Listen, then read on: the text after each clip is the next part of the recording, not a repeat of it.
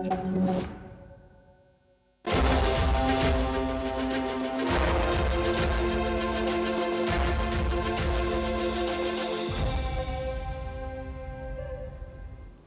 and welcome. I'm Asima Katauka and you're watching the Africa Brief on NewsX World.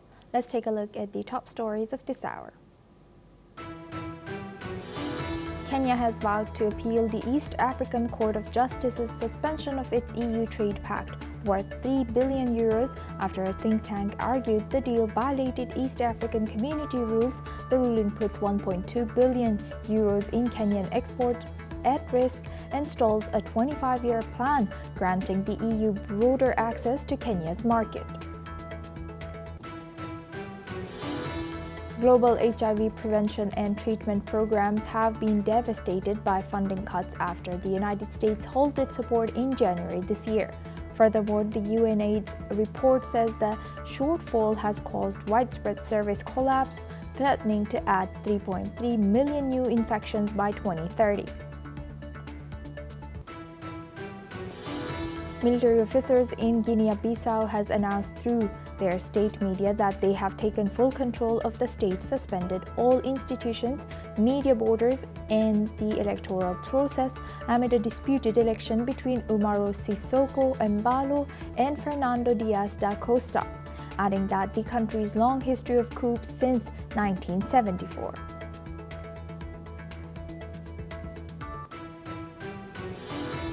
Meanwhile, ECOWAS and the African Union have expressed deep concern after Guinea-Bissau's military seized power and arrested election officials just one day before results were due from the tightly contested presidential election.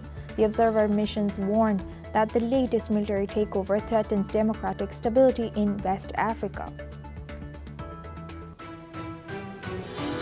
Nigerian President Tinubu has declared a nationwide security emergency in Nigeria, ordering the mass recruitment of 20,000 police officers and additional Army and DSS personnel, along with the redeployment of VIP guards to active conflict zones after deadly attacks across multiple states.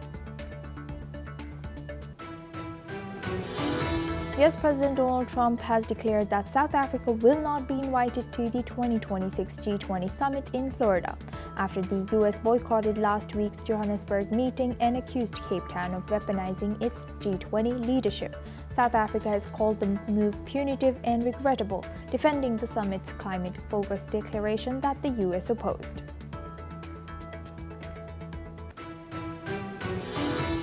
The IMF and Sierra Leone has reached a staff-level agreement on the first two reviews of extended credit facility, unlocking $78.8 million in new financing.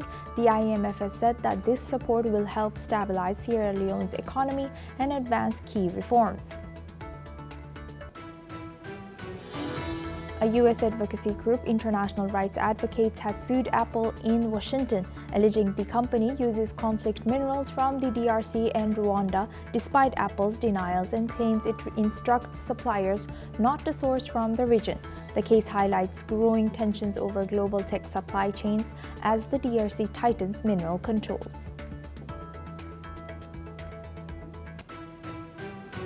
Now we start with Nigeria. National emergency has been declared in Nigeria as President Bola Tinubu responds to a surge in mass kidnappings. Hundreds of people, mostly school children, have been abducted in the past week, including 265 students and teachers from a Catholic boarding school in Niger State who remain missing. Tinubu has now deployed additional troops to high-risk areas, redeployed police from VIP protection duties, and announced plans to recruit 50,000 new officers. Forest guards are being sent to target armed gangs responsible for the attacks in rural northwest and central Nigeria. The country has long struggled with kidnappings and violence, with thousands taken for ransom each year. Tinubu has urged mosques and churches to bolster security as authorities continue to rescue efforts for those still held captive. Now for this discussion, we welcome Mr. Ayanuga Olugbenga Paul. He's a public affairs analyst, joins us live from Lagos, Nigeria. Thank you very much, Mr. Paul, for joining us again. Good to see you. Thank you, Asuma. Thank you. Now, yesterday we were discussing that, and you were mentioning that this issue of kidnapping is reoccurring, and it has been scandalous for previous government as well as now the current government. How is this unfolding over there now? Did the government say anything or change anything since we last spoke yesterday? Well, all that they are trying to change is can be likened to trying to cure the acne and abandoning the leprosy. So when you cure the acne, leprosy will still be there staring you in the face because the state of emergency that the president has declared concerning insecurity in the country and they plan to recruit 50,000 new police officers will not solve the insecurity challenge. If they like, let them recruit 1 million new police officers. It will not stop the challenge because, first and foremost, if you recruit 50,000 police officers and their welfare is not well taken care of, they will not be loyal enough to do the job for which you employed them. Everybody will be looking out for their own welfare. We'll be fixing some connections with our guest, Mr. Paul. While we stay on this topic now, national emergency has been declared in Nigeria as President Bola Tinubu responds to a surge in mass kidnappings. Hundreds of people, mostly school children, have been abducted in the past week, including 265 students and teachers from Catholic boarding school in Niger State who still remain missing. Tinubu has deployed additional troops to high-risk areas, redeployed police from VIP protection duties, and announced plans to recruit 50,000 new officers. Forest guards are being sent to target armed gangs responsible for attacks in rural northwest and central Nigeria. The country has long struggled with kidnappings and violence, with thousands taken for ransom each year. Tinubu has urged mosques and churches to bolster security as the authorities continue efforts to rescue those still held captive. National emergency has been declared in Nigeria as President Bola Tinubu responds to a surge in a mass kidnapping. Hundreds of mostly school children have been abducted in the past week, including 265 students and teachers from a Catholic boarding school in Niger State who still remain missing. Tinubu has deployed additional troops to high-risk areas, redeployed police from VIP protection duties, and announced plans to recruit 50,000 new officers. Forest guards are being sent to target armed gangs responsible for attacks in rural northwest and central Nigeria. The country has long struggled with kidnappings and violence, with thousands taken for ransom each year.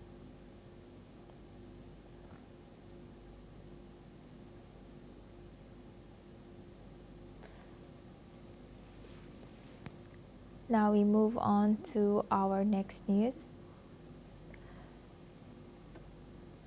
In Guinea-Bissau, uncertainty looms following a military coup that has shaken the capital. Residents are left wondering what tomorrow holds after the military declared total control over the country. The armed forces have suspended the ongoing electoral process, closed borders, and imposed a curfew, following claims of a plot to destabilize the nation. Let's listen in to how residents have reacted. Moi, j'ai entendu le tir là. Quand j'ai entendu le tir, j'ai concentré. Je crois que c'est normal parce que c'est le problème des élections. Sim. A expectativa era para poder amanhã saber quem ganhou as eleições. Na véspera das eleições, esse ambiente, de facto, já volta um clima de medo para toda a gente. Quem está em Bissau nesse momento fica a pensar o que é que poderá acontecer. Essa noite, como é que será amanhã. E, portanto, voltamos a uma situação a pensar em guerras, em correria. Cada salve-se quem puder, é muito complicado. De facto, espantoso. Não percebi.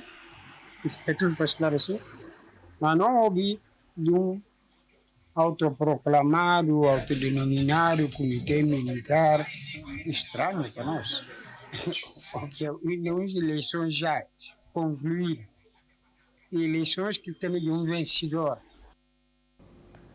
In Guinea-Bissau, the military has announced it has seized power. Now for this discussion, we welcome back Mr. Ayanuga Olugbengapol. He's a public affairs analyst, joins us live from Lagos, Nigeria. Thank you very much, Mr. Paul, for joining us again. Good to see you. Thank you. Now moving on to this topic of Guinea-Bissau and coming in, what is the situation in Guinea-Bissau after this reoccurring coup? And it's, if I remember correctly, the last one happened recently as well, after 2018. And what's the fragility of the democracy or the government institution in Guinea-Bissau now? Well, Guinea-Bissau has always been very fragile from year to year. I mean, for a very long time, we've been seeing coups and counter-coups, and this speaks to the dissatisfaction by the people and the military brass also, because before the military moves, they always weigh the atmosphere, the political temperature, the social temperature of the people to see if they will be well received, if their intervention will be well received by the people. And I think that has been what is happening for a while in Guinea-Bissau, where successive political office holders forget the fact that if people are not satisfied with their rulership, it gives an excuse for the military to intervene. And so every now and then, they keep going back on the same loop. But I hope that the takeover by the military is just temporary, because you know that the recent election that is being counted is marred by a lot of irregularities. And as a result of that, and of course the candidates that some certain people were hoping would emerge and rescue them from the challenge, especially the economic challenge due to unemployment and the disillusionment that the people have with the government, is not happening. So, but on the whole West African scale, the issue of coup and successive coups across 3 previous West African states, and now Guinea-Bissau joining as the 4th one, is sending a dangerous signals to other democracies in West Africa who are not listening to the plight, to the complaints of their people, who are thinking, oh, nothing can happen, we can do whatever we like and get away with it. And I think that many of the West African neighbors who are condemning this coup are not condemning it holistically because they feel the coup is bad for the people, but because they don't want that same thing to happen in their own country. That is the reason why they are trying to condemn it. But I just hope that we will all be able to sit tight and help our countries to get away from this loop of government disruption through coups. Right. That I would like to thank Mr. Ayanuga Paul for sharing that insight as we stay on this topic now. Please stay with us as we come back to you. Now we stay on Guinea-Bissau. The military has announced that it has seized power, citing a plan to destabilize the country involving both national politicians and foreign drug barons. The High Military Command for the Restoration of National Security and Public Order claims that this plan included attempts to manipulate the electoral process and involved the discovery of war weaponry in response. The military has removed President Embalo from office, the ongoing electoral process has been halted, and a curfew has been imposed. Let's listen into what was said. Instaurado pela alta chefia de diferentes ramos das Forças Armadas, o Alto Comando Militar para a Restauração de Segurança Nacional e Ordem Pública acaba de assumir a plenitude dos poderes do Estado da República da Guiné-Bissau. O Alto Comando Militar para a Restauração de Segurança Nacional e Ordem Pública decide depor imediatamente o Presidente da República, encerrar até a novas ordens todas as instituições da República da Guiné-Bissau. suspender imediatamente o processo eleitoral em curso, encerrar a fronteira terrestre, marítimo, espaço aéreo nacional. Then gunfire was reported near key government buildings prior to the announcement, but there has been no immediate reports of casualties. Guinea-Bissau has faced numerous coups since its independence in 1974. Now for this discussion, we welcome back Mr. Ayanuga Olukbenga Paul. He's a public affairs analyst, joins us live from Lagos, Nigeria. Thank you very much, Mr. Paul, for joining us again and staying with us. Thank you. Now, as you look, continuing our discussion on Guinea-Bissau, what are the potential and regional implications for the West Africa of this reoccurring coup in Guinea-Bissau? And do you think that, as you said that before this military did kind of test the waters to see how will people or how supportive will the people be of them taking over, what has the reaction been on the ground? Well, the people are on the one side excited because it depends on who you ask. The political class who are hoping to return to office, who have won election, and their immediate cronies will definitely not be happy. But majority of the masses always see military intervention as a relief because of the disillusionment that they have had with the political class. But on the wider West African-wide effect, is that other military in other West African countries who are looking in the corner, checking the temperature of their various countries, they are taking a cue. They are saying, okay, it's successful in Burkina Faso, it's successful in Mali, it's successful in Niger, now it is successful in Guinea-Bissau. And so all of them are bidding their time. And this will make many of the democratically elected governments, especially in states where they are not doing well, to be paranoid because they are always now having to watch their shoulder for any attempt by the military brass to take over.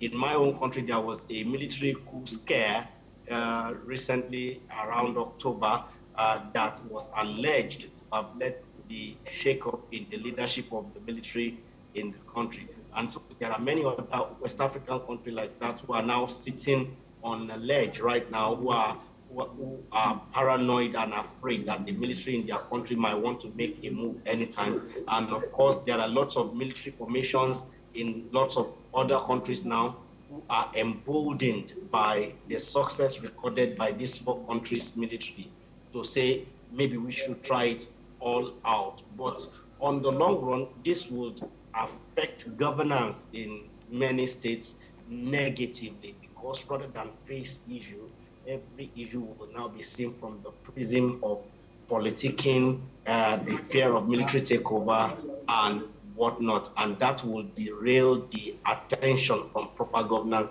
in many West African countries. But on the ground in Guinea-Bissau, a lot of the masses are actually happy with the development.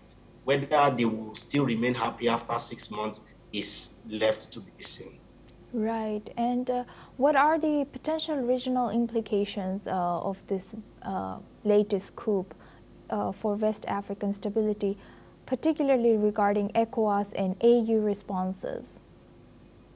Well, the responses by ECOWAS, their action and inaction, especially right now, is showing a more weakened ECOWAS, a more ineffective ECOWAS that cannot put its house in order.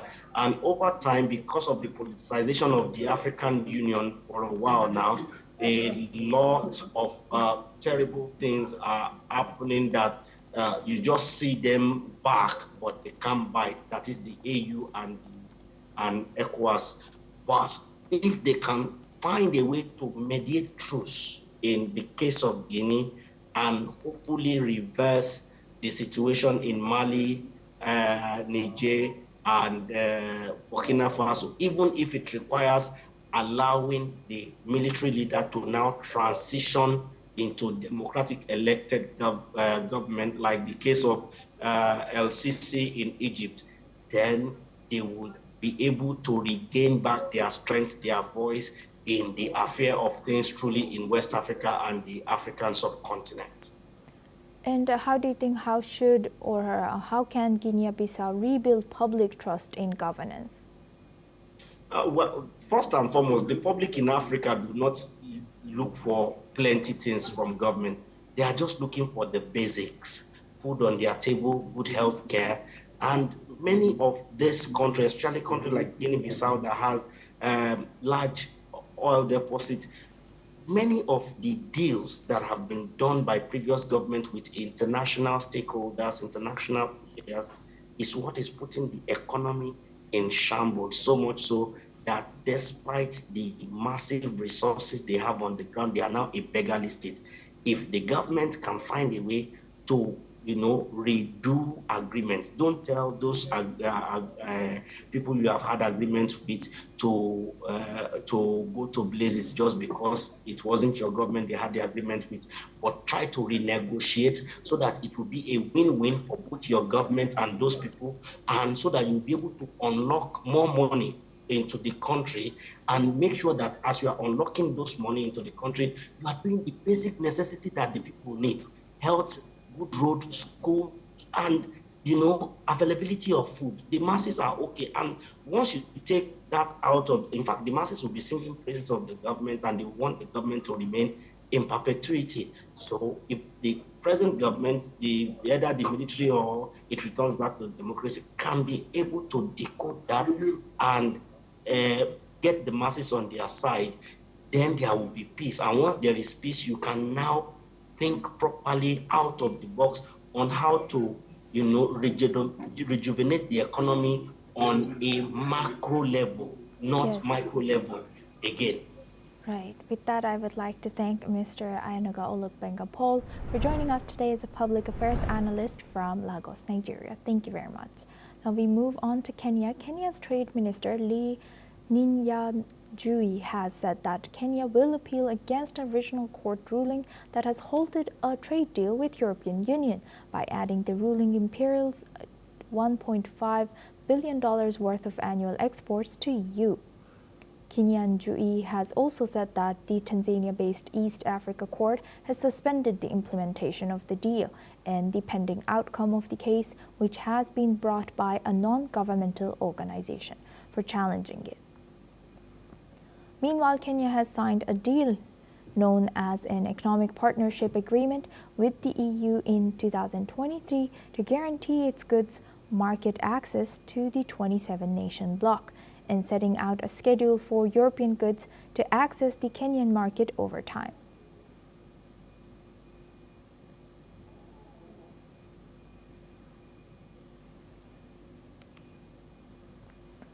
Kenya's Trade Minister Lee Nyanjui has stated that Kenya will appeal against a regional court ruling that has halted a trade deal with European Union by adding the ruling imperils $1.5 billion worth of annual exports to EU.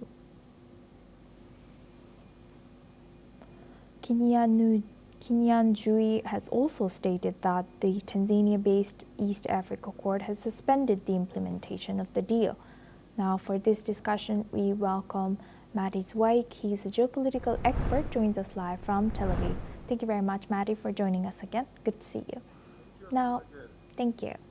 Now, Matty, looking at Kenya, how does this legal challenges by non-government organization is influencing Kenya's trade policy, and what does this reveal about the balance that it should have between economic development and regulatory oversight?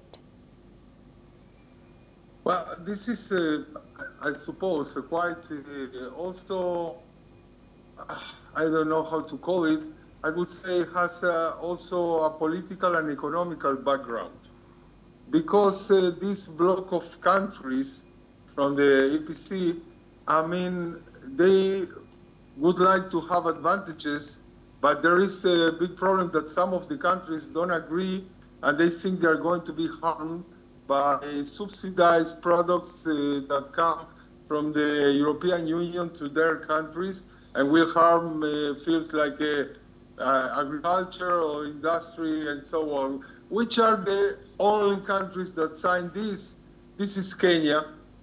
Of course, they've signed the deal, and the main proponent of the bilateral implementation of this deal. And then you have Rwanda, that also signed the regional level EPA with the EU earlier. It was in 2016 already.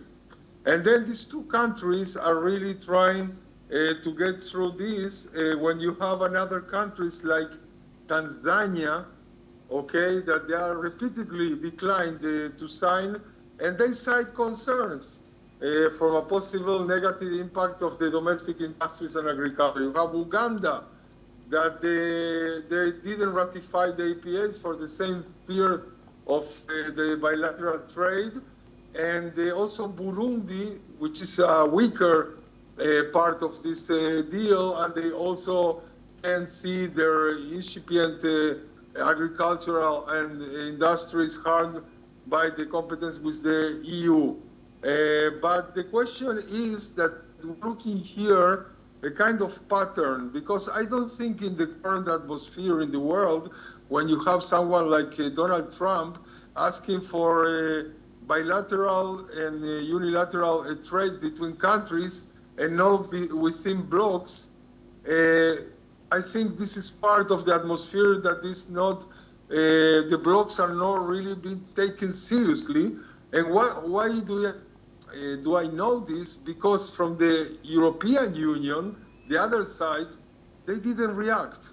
They didn't say a word until now about this suspension of Kenya, and they are just waiting to see what's going on. It looks like they don't care. And this is, from one side, very sad. From one side, it raises concerns about the effectivity of these blocks. And I can think also about the other parts of the world, like the Mercosur. In the South American countries, they had a deal with the EU after 25 years of negotiations. I mean, it's like not reasonable. And also, every part was raising concerns of how it's going to affect their own economies, to open for free subsidized products from the EU, like agriculture, industries, etc. Right. Thank you very much. With that, I would like to thank Mr. Matti Zweig for joining us as a geopolitical expert from Tel Aviv. Now we move on to our next news. The United Nations says its efforts to combat severe hunger in Sudan are starting to show signs of progress. The World Food Programme has scaled up aid in 10 areas previously confirmed as famine zones, with 9 now declassified as at lower risk. Despite these gains, Sudan remains one of the world's largest hunger crises, with famine still confirmed in parts of Darfur and Kordofan. Access and resources remain major challenges, limiting rations for millions. The WFP says without more support, assistance levels could drop in January. Since early 2025, the number of people receiving aid in previously inaccessible areas, including Khartoum, has tripled. More than 21 million Sudanese now face acute hunger, with the UN warning that continued funding and access are crucial to help people survive and eventually return home. And that's a wrap on Africa Brief. Keep watching NewsX World for more news updates from around the world.